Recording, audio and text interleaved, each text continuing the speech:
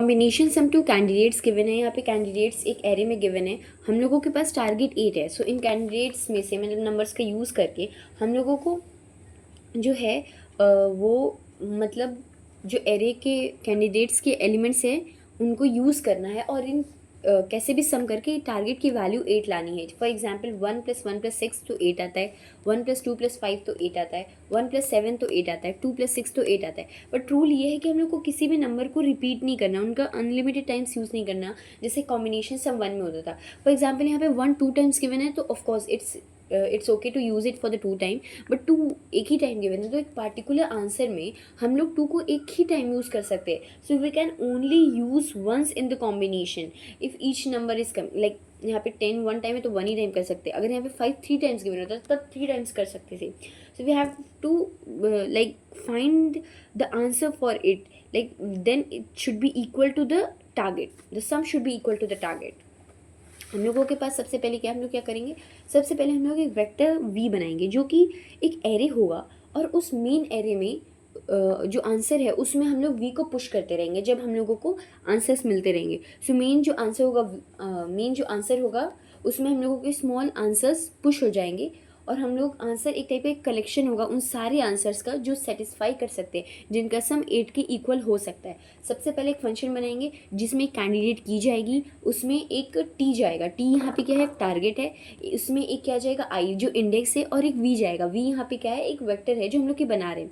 फिर जब टारगेट की वैल्यू 0 के बराबर होगी तब हम लोगों को वो स्टॉप कर देना है। इसका मतलब है कि हम लोग अपने डिजायर्ड आंसर पे पहुँच चुके हैं। सो उस टाइम पे हम लोग को क्या करना है, अपने उस टेम्प वेक्टर जो भी एक टेम्प्रेरी वेक्टर जो हम लोग बनाए हैं उसको अपने main result answer value vector में पुश कर देंगे। अब यहाँ पे हम लोग क्या करेंगे, सबसे पहले हम लोग डुप्लीकेट्स अवॉइड करने के लिए फॉर लूप बनाए हैं, उसमें आई को IDX से स्टार्ट की गई हैं। IDX बेसिकली क्या होगा कि हर बार हम लोगों को स्टार्टिंग से स्टार्ट ना करना पड़े। सो IDX में हम लोग एक टाइप का है कि बार बार आई की वैल्यू इंक्रीज़ करेंगे तब नेक्स्ट आंसर को स्टार्ट करेंगे। फिर यहाँ पे जो if I is greater than IDX है, अगर जो आई है वो IDX से ग्रेटर है और AI की वैल्यू AI-1 के बराबर है, दोनों है, तो इसका मतलब है कि डुप्लीकेट है वो। सो ऐसे केस में क्या करना है, हम लोगों को कंटिन्यू कर देना है, ठीक है, कंटिन्यू कर देना है। अब फिर जब सबसे पहले क्या करना है, अपने टेम्प में आंसर भेजना है। जैसे C है, टारगेट हम लोगों का सबसे पहले 8 है, फिर हम लोगों की आई की वैल्यू 0 जाएगी, फिर इसमें वो जो है स्टार्टिंग में खाली वेक्टर है। अब क्या करना है, ये ऐसे भेजे। फिर इसके बाद क्या करना है, टेम्प में हम लोगों को दैट इज़ अपनी वी जो वेक्टर हम लोग बना रहे हैं उसमें हम लोगों को क्या करना है, उसमें हम लोगों को 0, उसमें फर्स्ट एलिमेंट जैसे जो 0 इंडेक्स पे है उस एलिमेंट को इंसर्ट करना है, दैट इज़ उसकी वैल्यू कितनी है, 1 है। अब यहाँ 1 है, आप लोग कंफ्यूज हो रहे हो कि यहाँ पे 10 है, सो यहाँ पे 1 कैसे आई। सो बेसिकली सबसे पहला काम है कि हम लोगों को इसको सॉर्ट करना होगा, क्योंकि सॉर्टिंग इज़ टू इम्पॉर्टेंट। अगर हम लोग सॉर्ट नहीं करेंगे सो वो हम लोगों को करेक्ट आंसर नहीं देगा। सो सॉर्टिंग जो है वो बहुत ज़्यादा इम्पॉर्टेंट है।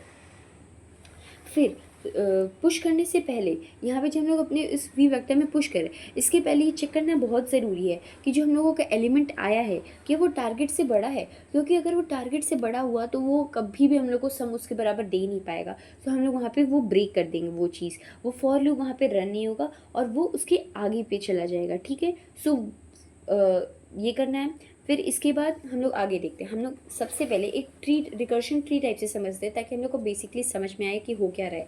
सबसे पहले जब हम लोग को अपना जो एरे गिवन था, जब इसको सॉर्ट किए, सॉर्ट करने में क्या आया, 1, 1, 2, 5, 6, 7, 10, ठीक है। सबसे पहले इसमें कौन सा एलिमेंट जाएगा, जो सबसे आगे, दैट इज़ 1 गया।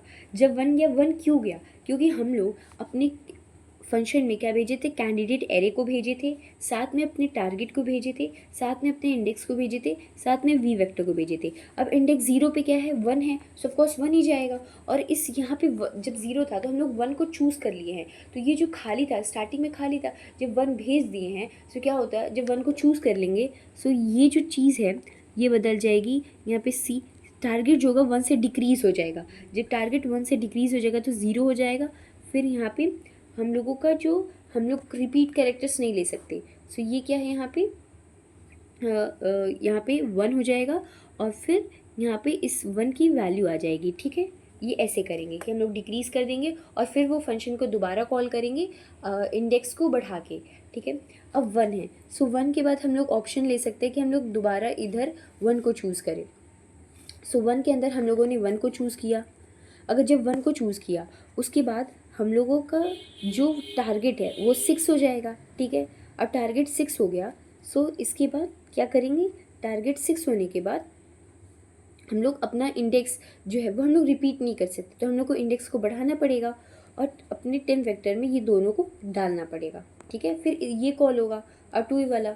अब इसमें एक पॉसिबल ऑप्शन ये है कि हम लोग 1 के बाद डायरेक्ट 2 को कॉल किए होते, तो डायरेक्ट 2 को कॉल किए होते तो वो यहाँ पे होता, पर अभी हम लोग 1 को कॉल किए। अब इसके बाद यहाँ पे क्या कर रहे हैं, जैसे अगर हम लोग 1 को कॉल किए, ठीक है। अब 1 के बाद हम लोग किस नंबर को कॉल करें, जैसे 1 के बाद हम लोग 2 को कॉल करेंगे, अगर जैसे 2 है, सो ये सी, फिर 2 को कॉल करेंगे, सो यहाँ पे 2 डिक्रीज़ हो जाएगा, फिर यहाँ पे ये 3 कॉल होगा, फिर ये 1,1 या 1,1,2 बन जाएगा, ठीक है। तो ये जो होगा अभी भी 8 की इक्वल नहीं है, सो हम लोग इसके बाद जो है 5 कॉल कर सकते हैं।